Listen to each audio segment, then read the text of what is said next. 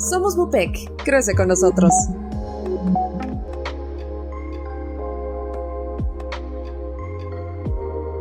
El 23 y otros el 24 como el Día Internacional para Evitar las Fístulas Obstétricas. Agradezco a Bupec la invitación para poder compartirles un poquito de todo esto y poder crear en este espacio la oportunidad para ilustrarnos e ir aprendiendo más acerca de este tema. Empezaremos por mencionar esto de que recientemente ocupamos el día 23 o 24 como el Día Mundial. Sin embargo, para mí es muy importante compartirles que no solo es este día el día de la erradicación de las fístulas obstétricas, es muy importante cuidar desde el inicio del embarazo todo el proceso para que llegue a feliz término. Y la fístula obstétrica es una de las lesiones más graves y trágicas que pueden ocurrir durante el parto.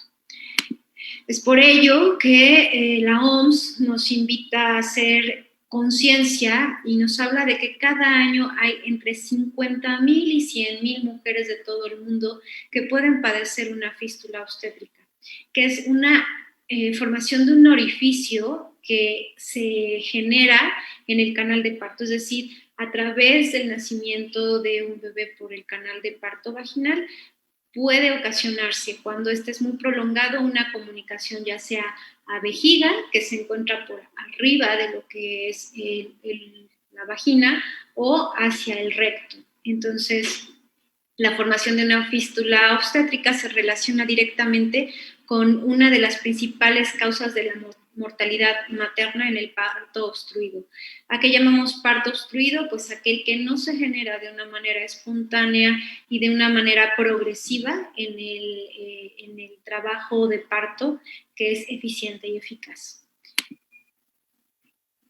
Es una de las lesiones más graves y trágicas. ¿Y trágicas a qué me refiero? A que puede llevar a la mujer a tener un impacto súper importante en lo que es su desarrollo social, ¿sí?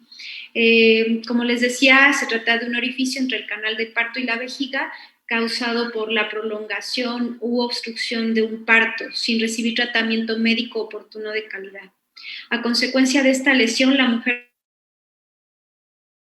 de la orina y de las heces fecales o ambas, y con el paso del tiempo deriva en afecciones médicas crónicas, depresión, aislamiento social y una profundización de la pobreza. Esto es característico en zonas rurales o en donde las mujeres no tienen un acceso a una atención obstétrica de una manera digna y oportuna. Y no es solamente en caso de las mujeres en África, por ejemplo, que veremos más adelante, sino en todos los márgenes de pobreza que puede incluso aquí en México haber, ¿no? En las zonas rurales, en la Sierra Norte, en donde a veces no llega oportunamente esta atención obstétrica y en donde se tiene la creencia que estar durante el trabajo de parto forzosamente nos va a llevar a desencadenar un parto vaginal que sea afortunado. Como les comentaba, el Día Internacional de la Fístula Obstétrica o de la Prevención de la Erradicación de la Fístula Obstétrica es el 24 de mayo. Voy a salir un poquito de aquí para compartirles un video que a mí me pareció bastante interesante. No sé si aquí en las últimas décadas se ha alcanzado un mayor nivel de bienestar en América Latina y el Caribe. La mortalidad infantil se ha reducido en todos los países. La esperanza de vida es cada día más alta y ha aumentado la participación de las mujeres en el mercado laboral. Se está haciendo un gran esfuerzo por... sí se puede observar, si me hacen favor aquí, déjenme ver. Conocer derechos que hasta hace muy poco no se contemplaban.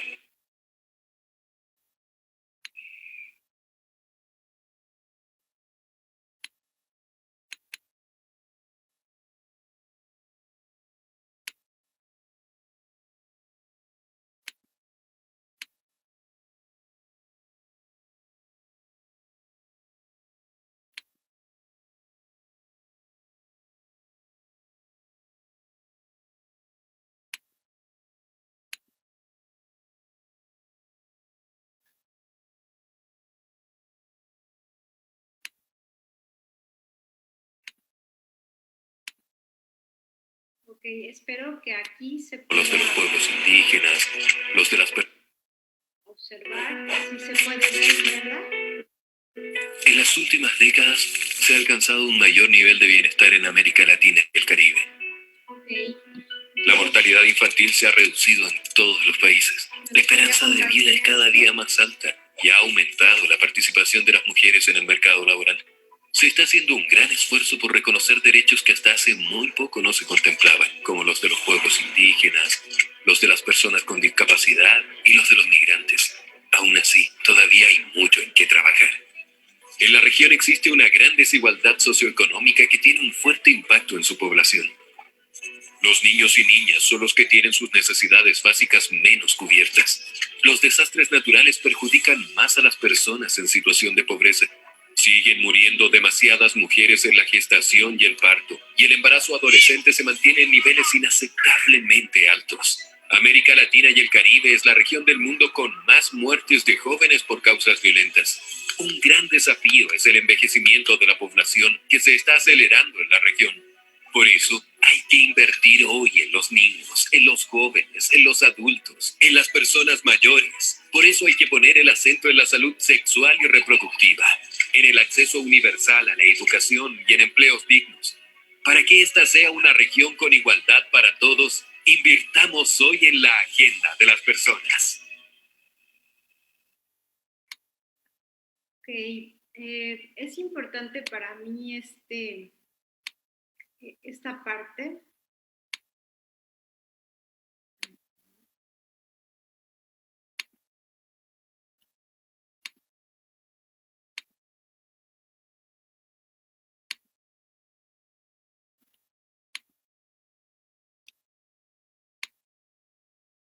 En donde, bueno, este video se los quise compartir porque hace mucho énfasis en lo que es la pobreza y no solamente estamos hablando de la pobreza a nivel México, sino a nivel de América Latina.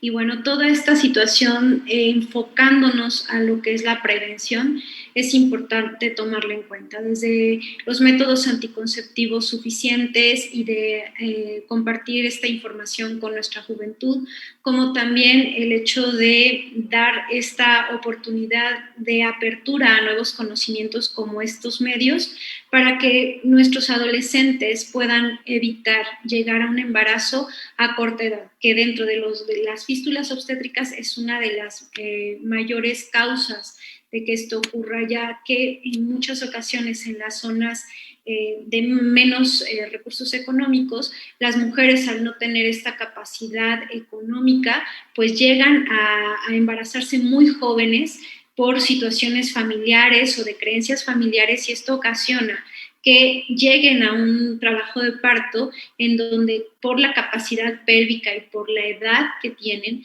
no llegue a un feliz término ocasionando este tipo de complicaciones. Las mujeres aquejadas por la fístula obstétrica padecen incontinencia urinaria, vergüenza, segregación social y problemas de salud. Se calcula que en Asia y en África hay más de 2 millones de mujeres que padecen una fístula obstétrica sin tratar. ¿Por qué sin tratar? Porque ya de suyo que una mujer acuda a una situación de revisión obstétrica o ginecológica, en este caso, es difícil por la situación penosa. Y aquellas mujeres en situación de pobreza pueden tener más este tipo de sensaciones y emociones ante poder acudir. Y si a eso le sumamos el hecho de que no hay una atención adecuada o no tan amplia, o sea, que tenga mayores oportunidades la mujer de asistir, ya sea por las distancias entre la clínica de salud y sus hogares, o que no haya los suficientes médicos que puedan enfocarse a este tipo de atención de manera inicial, hace que haya mayores complicaciones. Los datos sobre la fístula obstétrica son importantes resaltarlos, ya que con saber podemos prevenir retardando la edad del primer embarazo, como les comentaba, poniendo fin a ciertas prácticas tradicionales y nocivas, y con ello no quiero decir que esté en contra o a favor de una u otra atención obstétrica, sino que simplemente en condiciones en donde se puede evaluar una atención por cesárea, un parto por cesárea, a una atención por parto vaginal, sopesando los riesgos que nuestra paciente puede tener, es como vamos a poder evitar esta complicación y proporcionando el acceso oportuno a la asistencia obstétrica. El parto obstruido, por tanto, representa hasta el 6% de las defunciones maternas y es una de las causas de mortalidad y morbimortalidad. Es decir, que podemos enfrentarnos a esta situación no con tanta ausencia como pudiéramos pensar, sino con más frecuencia de lo que se pudiera pensar. La fístula obstétrica como tal es una solución de continuidad en el tracto urinario y que puede estar hacia el tracto urinario o al tracto digestivo, es decir, al recto, a través de la vagina.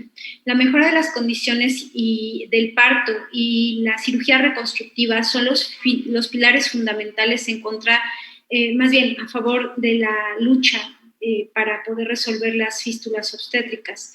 Y esto ha mejorado, al menos en África, que es en donde más prevalencia existe de este tipo de complicaciones por la situación de pobreza en la que viven, ha mejorado en mucho por optar por la situación de intervenir por cesárea.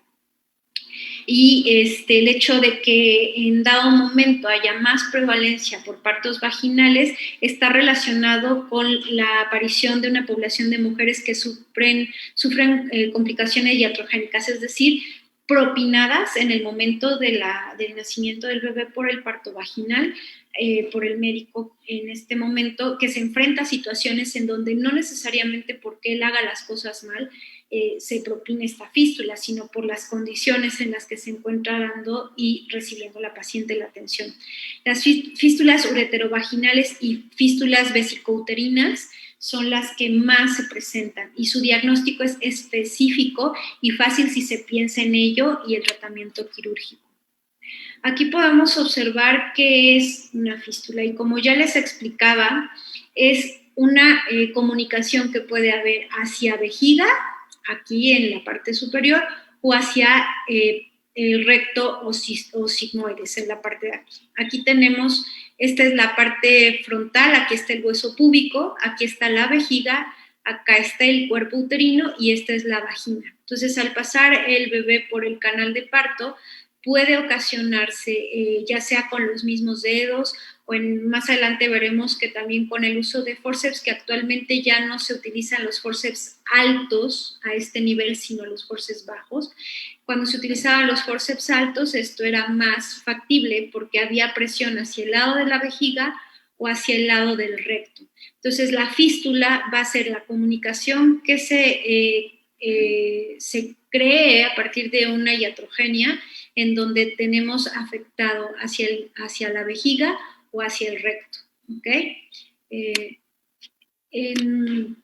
Esto es muy importante, quería yo compartírselos el día de hoy. ¿Por qué quiero hablar de James Marion Sims?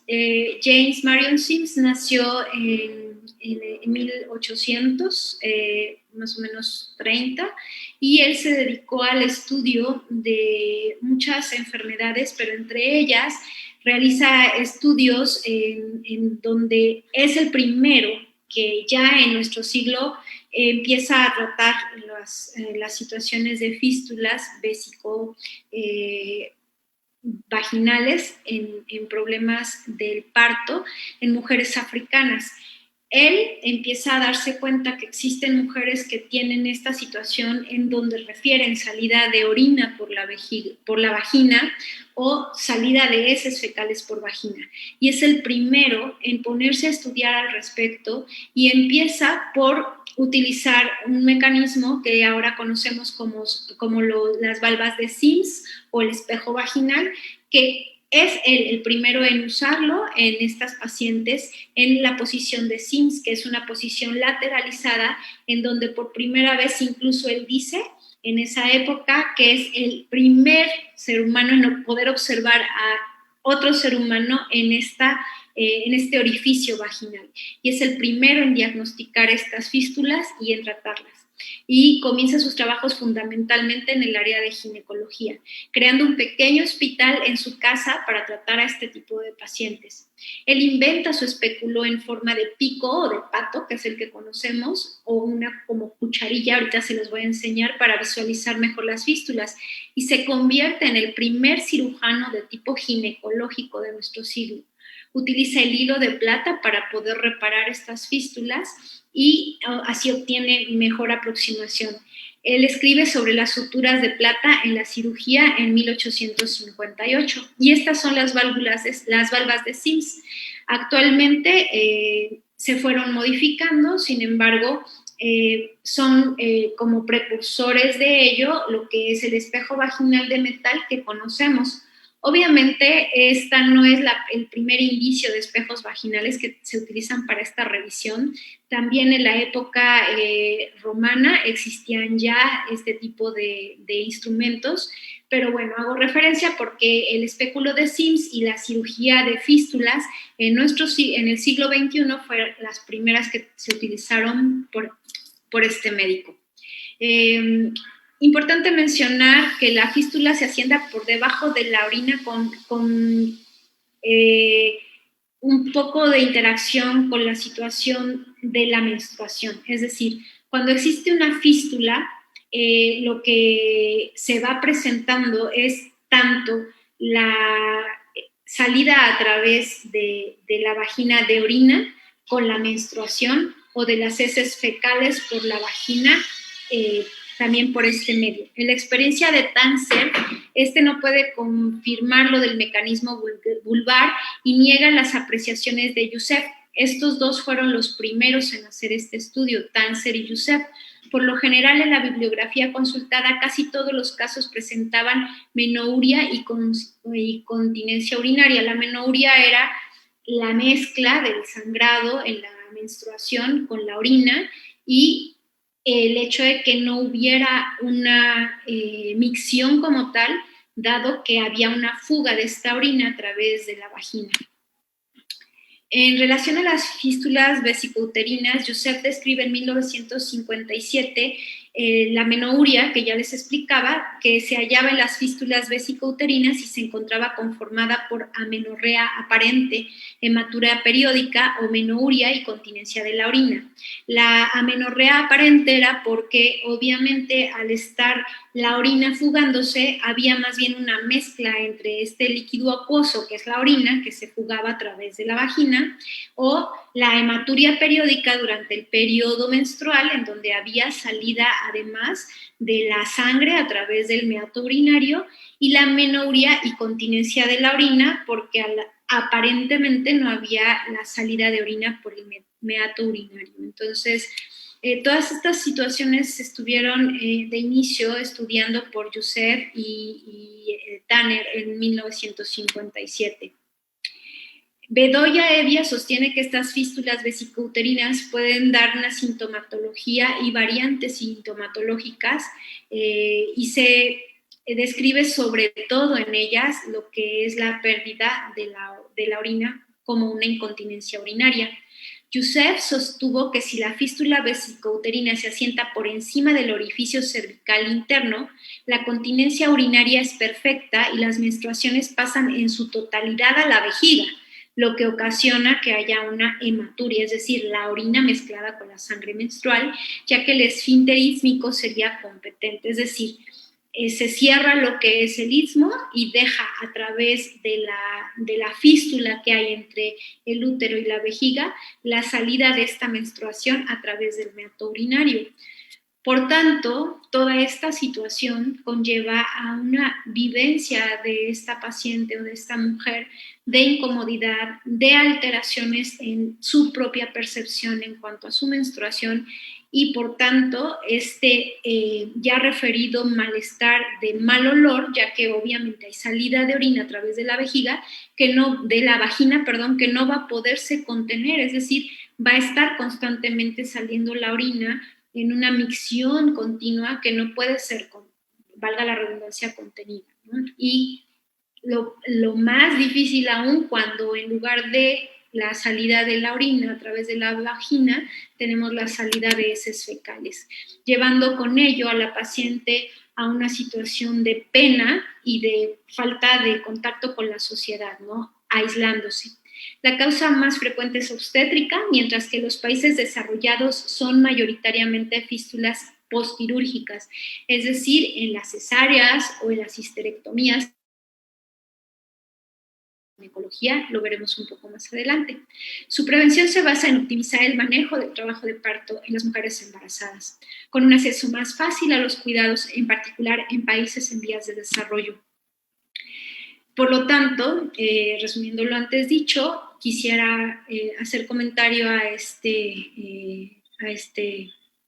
infograma o esta infografía que nos habla de que 6% de las defunciones maternas son por parto obstruido, es decir, un parto que no puede evolucionar al nacimiento del producto. 50 países que son de África, Asia y la región árabe impulsan campañas para erradicar el parto, puesto que son el parto vaginal, puesto que son países en los que no hay el desarrollo económico suficiente como para llegar a estas poblaciones y evitar que estos eventos puedan ocasionar las fístulas vaginales. Entre 50,000 y 100,000 casos existen por año, como lo mencioné en un principio. Y las causas son deficientes sistemas de asistencia sanitaria, nulidad en la planificación familiar, carencia de asistencia obstétrica de urgencia básica y completa, falta de tratamiento asequible de la fístula, es decir, que ya tenga la fístula y que no haya manera de repararla, o no haya la economía para poder llegar a un medio privado y repararla, embarazos a temprana edad. ¿Qué consecuencias? Pues incontinencia urinaria, infecciones cutáneas, trastornos renales por la infección que puede haber a nivel del meato urinario y de la comunicación que existe, marginación y discriminación, ya que la mujer se encuentra en una situación social aislándose del entorno por su propia percepción de mal olor, incomodidad, la dificultad para contener la orina que está saliendo constantemente a través de la vagina, y la muerte. Con ello la muerte porque, bueno, existe un cúmulo de infecciones que pueden llevar a una sepsis y con ello a la muerte de la mujer. Entonces, como ya también mencioné, estas son las zonas en las que se presenta, tanto a nivel de la vejiga como de la ámpula rectal. Y la fístula deja a las mujeres incontinentes, avergonzadas y a menudo alejadas de las comunidades, porque son estigmatizadas por sus parejas y familias, por lo que la terminan viviendo en la indigencia. Entonces, pues, como podemos observar, esto es un grave problema que aqueja en nuestra época actual en las zonas marginales. En la mayoría de los casos, este problema se produce en embarazos a edad temprana, comprendidas entre 13 y 18 años, cuando el cuerpo no está suficientemente desarrollado para dar a luz, y esto obviamente lleva a un parto obstruido. ¿Por qué? Pues por los huesos pélvicos que no se encuentran totalmente desarrollados y que llevan a un periodo de descenso y de tránsito por los estadios de Hosh para poder trascenderlo y poder llegar a la expulsión del bebé. Entonces, pues claro, en las mujeres entre 13 y 18 años, que tampoco se les habla de un método anticonceptivo, el riesgo de que puedan llegar a un parto por no tener la accesibilidad a estas atenciones médicas y por la falta de nivel cultural y por la necesidad de las familias de estar presionando a que tengan un trabajo de parto. Debido a ello provoca a las mujeres incontinencia de orines, como lo mencioné, desprendiendo un olor fuerte y desagradable, viviendo avergonzadas, escondidas en sus propias casas por el miedo a que el vecindario les discrimine y sintiéndose culpables a pesar de que han sido buenas esposas y madres y que por ello reciben un castigo divino. Esta exclusión de los cuerpos se justifica con que los desechos del cuerpo, como la orina y las heces o la menstruación, se consideran material marginal y por lo tanto en el cuerpo de las mujeres es considerado repugnante. asociándolo con la parte animal de los seres humanos y excluyéndolos de la sociedad. Hago referencia a esta aseveración por un estudio que hizo la investigadora Little Bakakioa Erro, una de las directoras principales, junto con Ana Alcázar Campos del Instituto Universitario de Estudios de la Mujer.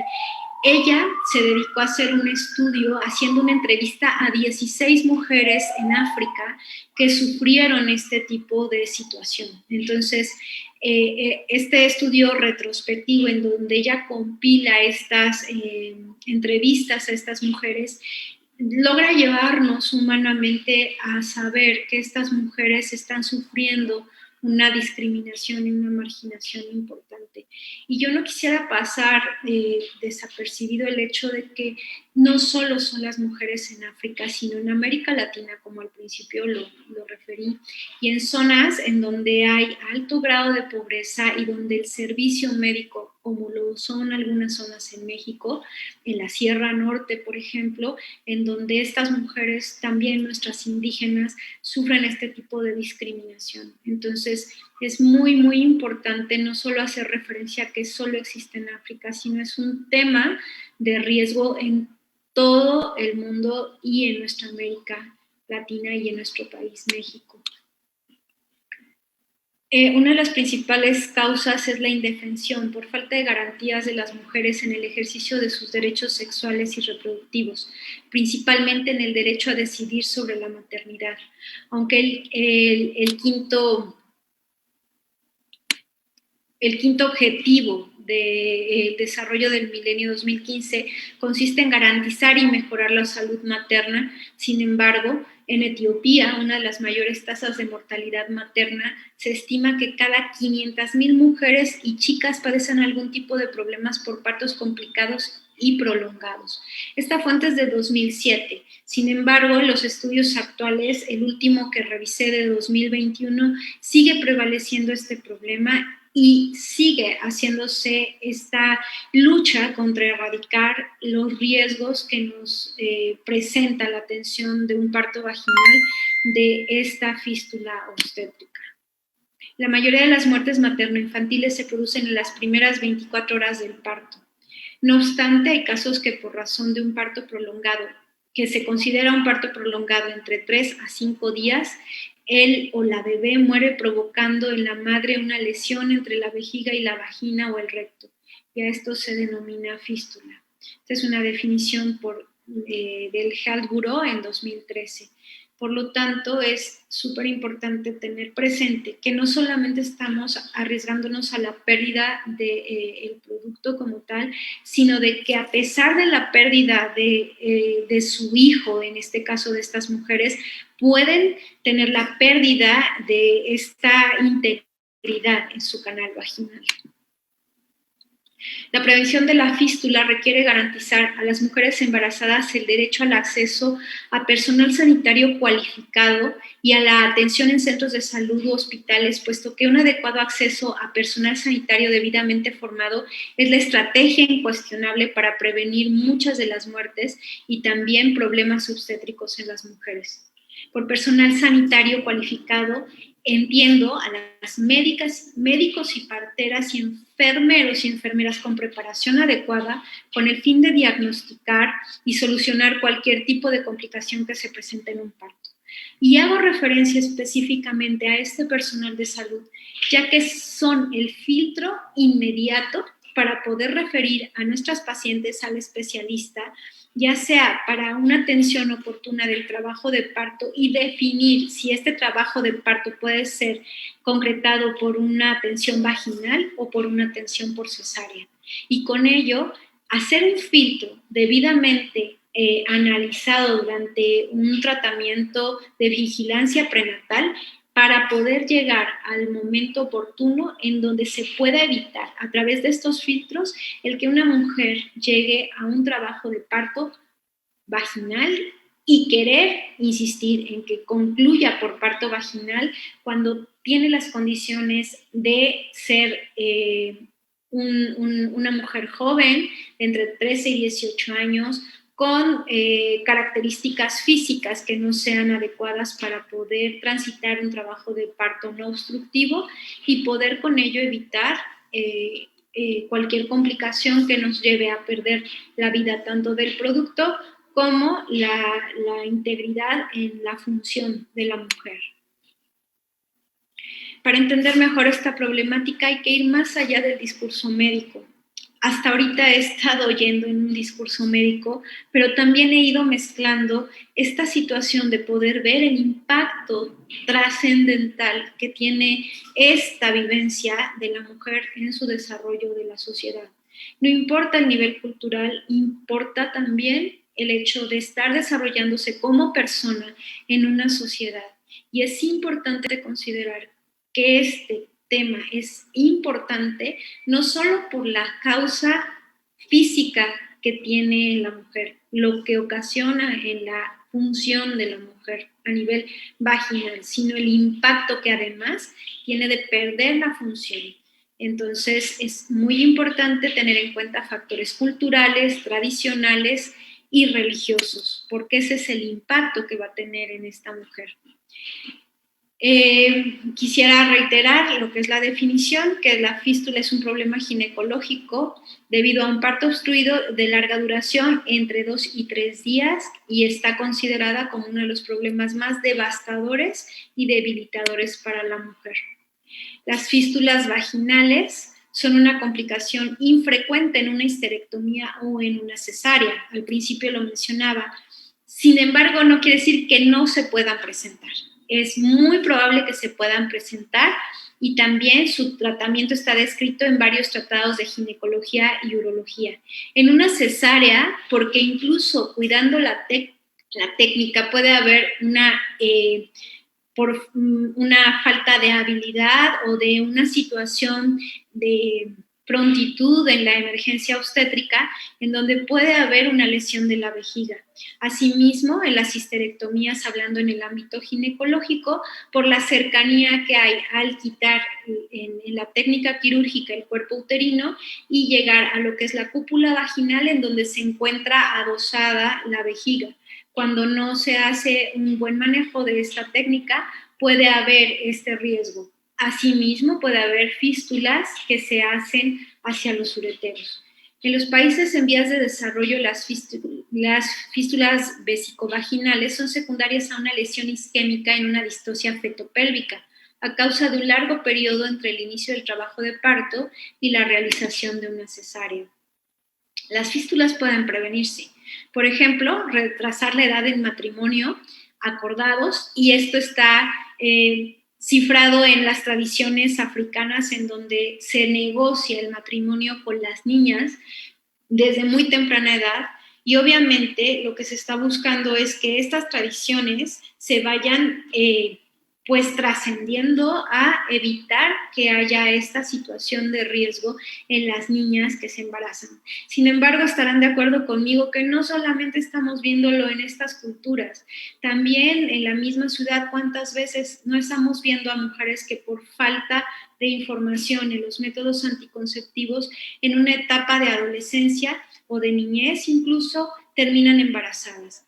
Obviamente la diferencia sería que, bueno, es más difícil encontrar en la ciudad una situación de un embarazo deseado por una situación ya comprometida en un matrimonio. Sin embargo, una vez que determinamos que hay un riesgo en esta paciente adolescente, lo que tendremos que no dejar de mirar es el hecho de que esta paciente no sería candidata a tener un trabajo de parto vaginal y una conclusión del nacimiento a través de la vagina, porque eso llevaría a un gran riesgo de desarrollar una fístula obstétrica. La fístula obstétrica es un trastorno debilitante que ha causado y continúa causando vergüenza, sufrimiento en sociedad a centenares de mujeres. En uno de los ejemplos más evidentes de la falta, es uno de los ejemplos más evidentes de la falta de equidad en el acceso a la atención de la salud materna. Y hasta hace poco, uno de los trastornos más ocultos y más descuidados por la salud pública.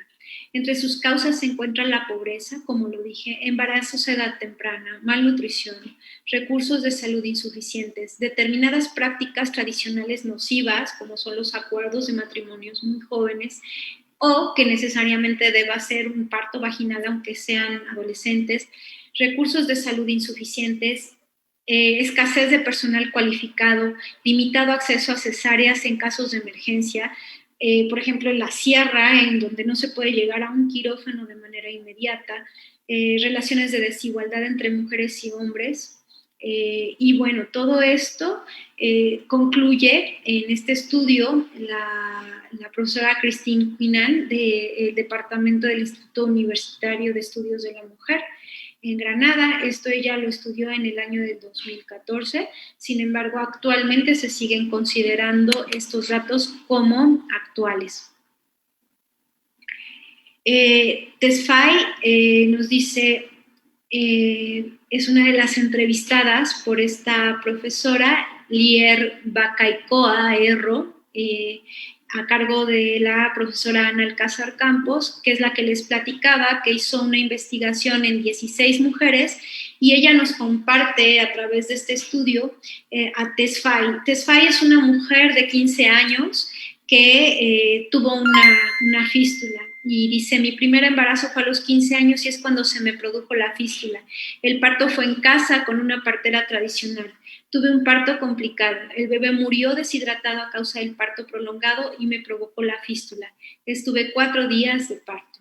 Entonces, como pueden observar, esto es una realidad en las mujeres jóvenes, en esas zonas marginadas, en esas culturas en donde se piensa que solamente se puede tener un parto vaginal y que no se tienen al alcance todos los medios que ya les planteé, ¿no?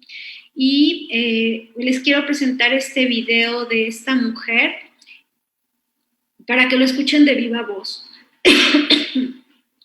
Voy a cerrar un poco esta pantalla para poderlos conducir a este video.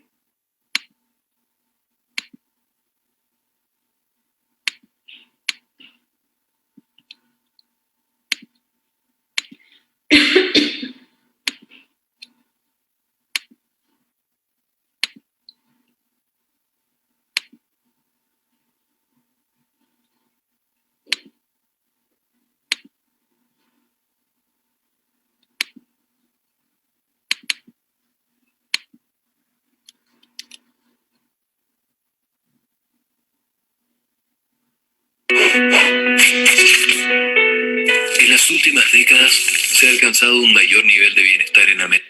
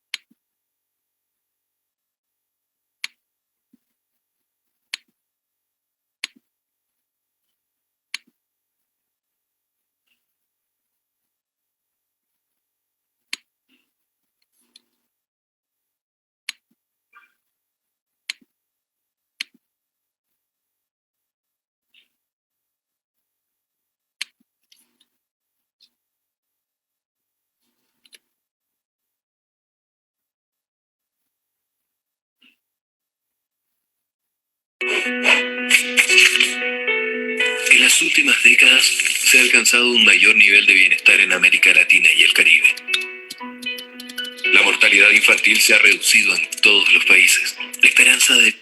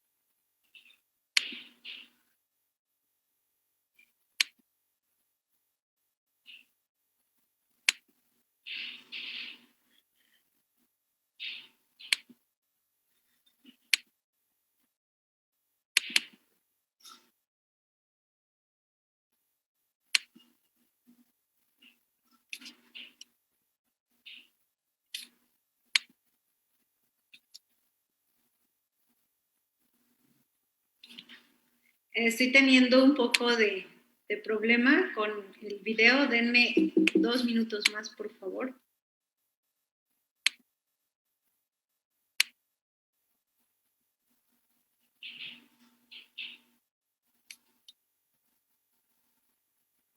Aquí está.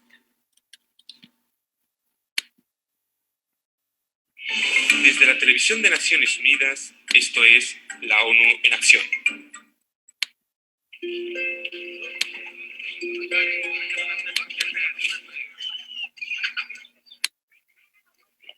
Mozambique ha crecido notablemente desde el final de sus 20 años de guerra civil, pero no todos sus ciudadanos gozan de las nuevas oportunidades. Ilse Wambe, de 15 años, se cuenta entre ellos. Conocí a un chico y me quedé embarazada. Ilse tenía entonces apenas 13 años y no pudo seguir yendo a la escuela. Su vida estaba a punto de cambiar irrevocablemente. Después que nació mi bebé, mis padres me enviaron a vivir a la casa de los padres de mi novio y ellos me insultaban. No era bienvenida en absoluto. En Mozambique, más de la mitad de las adolescentes se casan antes de los 18 años. Una de las tasas más elevadas de matrimonio infantil en el mundo. Bettina Mas es la directora regional del Fondo de Población de la ONU, UNFPA. The potential development of the girl is interrupted. Se interrumpe el desarrollo potencial de las niñas. Tienen menos oportunidades para la educación, la integración económica y el empleo. They have less opportunities Tienen menos ocasión de integrarse en la comunidad como mujeres jóvenes. as a young woman. En áreas remotas de Mozambique, muchas mujeres y adolescentes dan a luz en su hogar sin acceso a atención médica.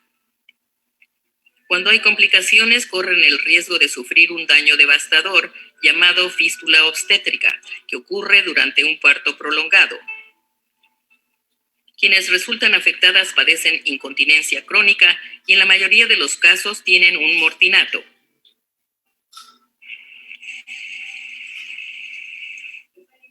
Esita Mulanga, de 16 años, quedó embarazada cuando solo tenía 14. Como su joven esposo trabajaba en Sudáfrica y la clínica más cercana se hallaba a 2 horas de distancia, no tuvo más opción que dar a luz sola, pero hubo complicaciones y no había atención médica a mano. Después de dar a luz, mi bebé estaba muy débil y murió. Pedí ayuda, estaba muy trastornada y me di cuenta que no podía caminar. Esita había desarrollado una fístula. En Mozambique se reportan más de 2.000 casos nuevos al año. Estos matrimonios infantiles también son un gran problema porque las niñas no están preparadas para embarazarse. Sus cuerpos no están listos y no pueden tomar las mejores decisiones para el bebé.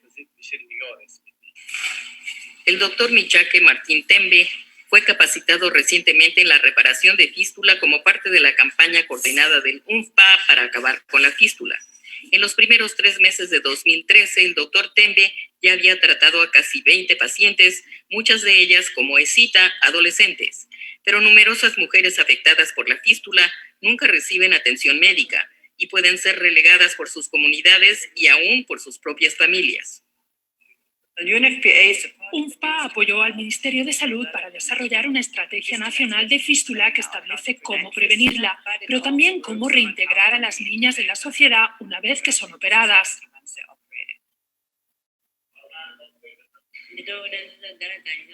Si mejoro, espero tener hijos algún día. Vendría a la clínica para poder recibir asistencia y dar a luz a mi bebé en mejores condiciones. Eso es lo que espero. Y su deseo podría cumplirse. Después de una operación exitosa, muchas mujeres pueden reanudar una vida normal y tener niños. Sin embargo, el matrimonio infantil continúa afectando la vida de las jóvenes en todo Mozambique. El UNFPA ayuda a combatir estas prácticas con la esperanza de que todas las mujeres y las niñas puedan pronto tener pleno acceso a la salud, la educación, el desarrollo y finalmente la igualdad. Todo lo que quiero es volver a la escuela. No quiero regresar con mi marido. Sufrí mucho. Lo que pasé allí fue demasiado. Después de la escuela podré tener una profesión y arreglármela sola.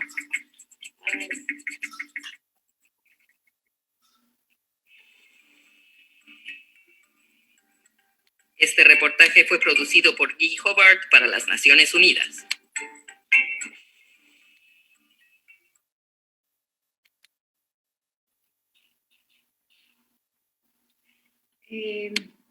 Entonces, como pueden ver, esto al final de cuentas es una realidad, ¿no? Y cualquier parecido con nuestra realidad en la pobreza aquí en México, pues es pura coincidencia, ¿no? Finalmente, estamos hablando de situaciones en donde no tiene las posibilidades para poder acceder a una buena atención médica, al final de cuentas, en donde no puede decidir por su propio cuerpo qué poder hacer. O en nuestro caso, pues tal vez no sea tan frecuente esto de hacer arreglos para que la mujer se case, pero sí es frecuente la falta de instrucción a nivel de recursos en los métodos de planificación familiar, ¿no? El órgano más frecuente lesionado es la vejiga y el uréter no escapa a estas lesiones. Retomando el tema anterior, en donde la cesárea también puede ser una causa de que haya lesiones. En mujeres también, sobre todo, que tienen cesáreas previas y que se someten a un trabajo de parto, ya sea porque no pueden llegar a tiempo para poderles realizar una cesárea e inician con un trabajo de parto. Y obviamente esta es otra de las consecuencias de las fístulas a nivel de la vejiga y del útero. Según Roure, el legrado evacuador o el vacuoextractor puede producir también perforación del útero y vejiga. Como resultante se producen fístulas de diversa ubicación que pueden ser vesicovaginales o vesicouterinas. Las frecuencias de vesicouterinas es baja, en cambio la frecuencia de las fístulas vesicovaginales es mayor y según se desprende de una estadística de Cuvalier, ya que sobre 136 fístulas estudiadas, 42 son de origen obstétrico, es decir, las que se generan por el parto vaginal. En los casos que se presentaron las vesicovaginales siempre se ha producido en la aplicación de forceps, como ya les platicaba, que bueno, actualmente ya no se aplican forceps altos, solo forceps bajos, pero tampoco es un uso frecuente. Y siempre este tipo de fístulas vesicovaginales por cesárea por ruptura uterina. La ruptura vesical y uterina, pues retomando estos aprendizajes de la tecnología y aprendiendo de ellos en esta pandemia, continuamos ya para terminar. Esa parte que me importa mucho como que sea parte del cierre. Los medios en los que se cuenta con control y tratamiento del embarazo y el parto, la frecuencia de fístulas vesicovaginales por necrosis del parto prolongado ha disminuido notablemente. Entonces es súper importante tener esto en cuenta. O sea, no quiere decir que porque haya existido con más frecuencia, siga viéndolo en esa cantidad. Se ha ido disminuyendo y la lucha que se está haciendo es para que se disminuya en la mayor posibilidad que se tenga, ¿no? Entonces es muy importante. Las lesiones directas de la vejiga en la aplicación de forceps no son infrecuentes. Es importante que se tome en cuenta que cuando se llegan a aplicar los forceps, pues puede haber esta situación. Es bien importante también mencionar que el mecanismo por el cual se llegan a ocasionar las fístulas poscesárea, según Tanzer, pueden producirse por la acción directa de las tijeras que se extienden inadvertidamente a la sección del segmento cervical inferior hasta la pared superior de la vejiga. Cuando la incisión se propaga por desgarro al extraer la cabeza o los hombros del feto, por ejemplo, un producto macrosómico, aún por cesárea, hay este riesgo. Influirá en el compromiso vesical la liberación y desplazamiento vesical deficiente, que además puede incluir la vejiga en la sutura de la histerectomía.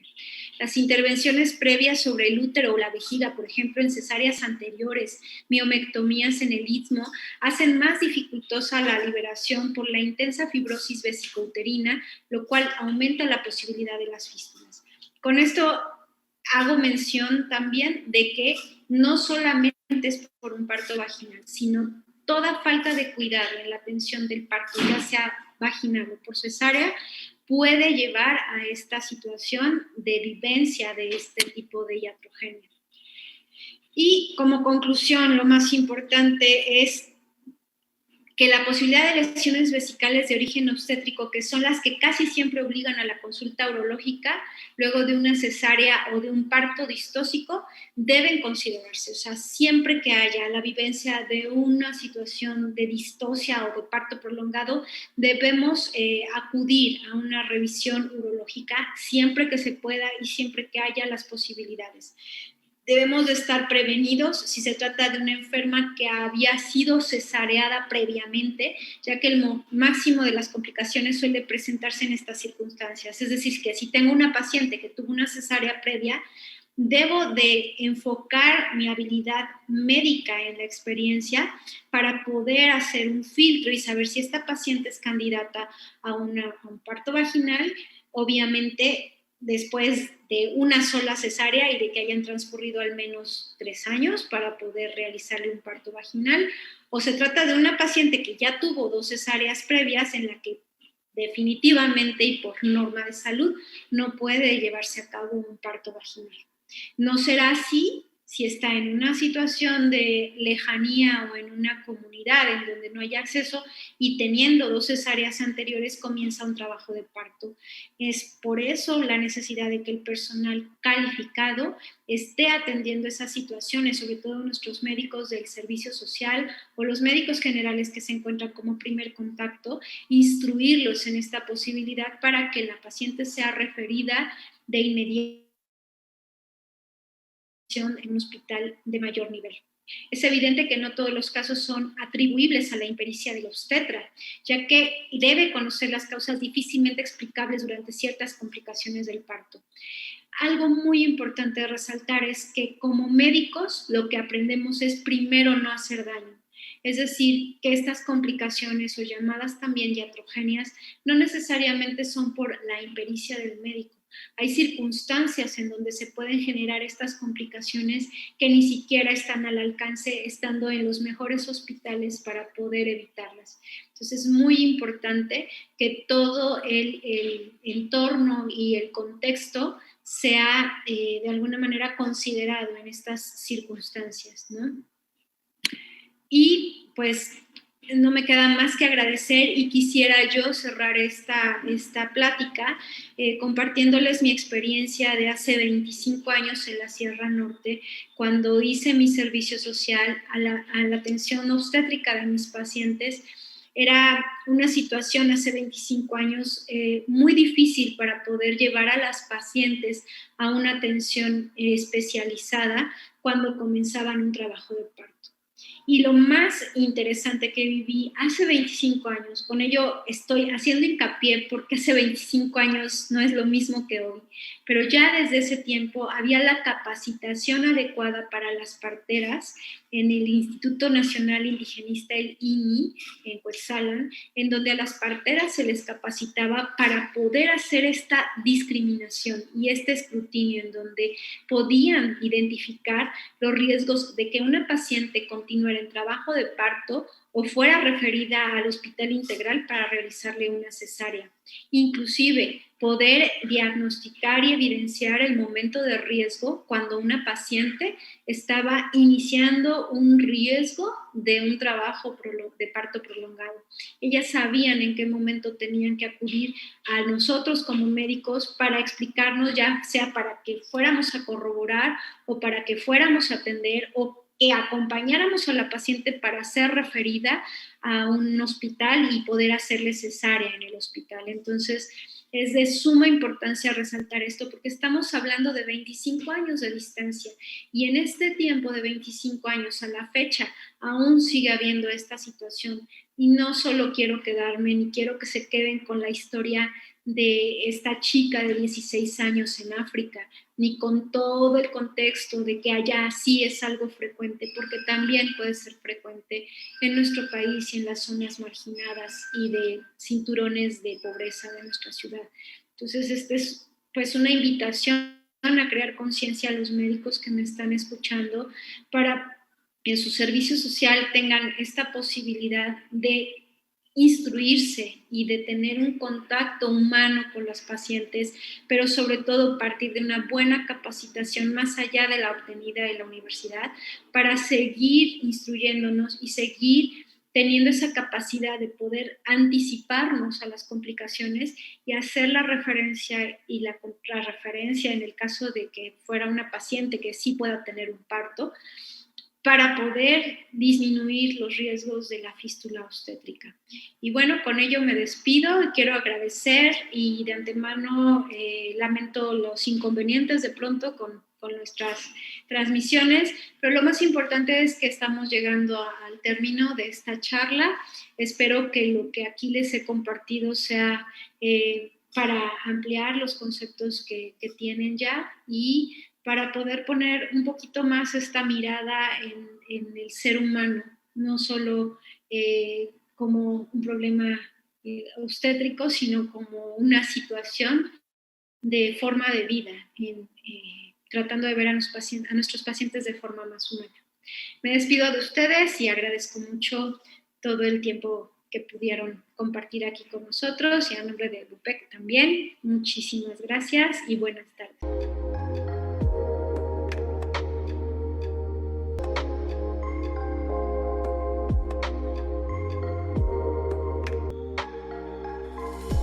Somos BUPEC. Crece con nosotros.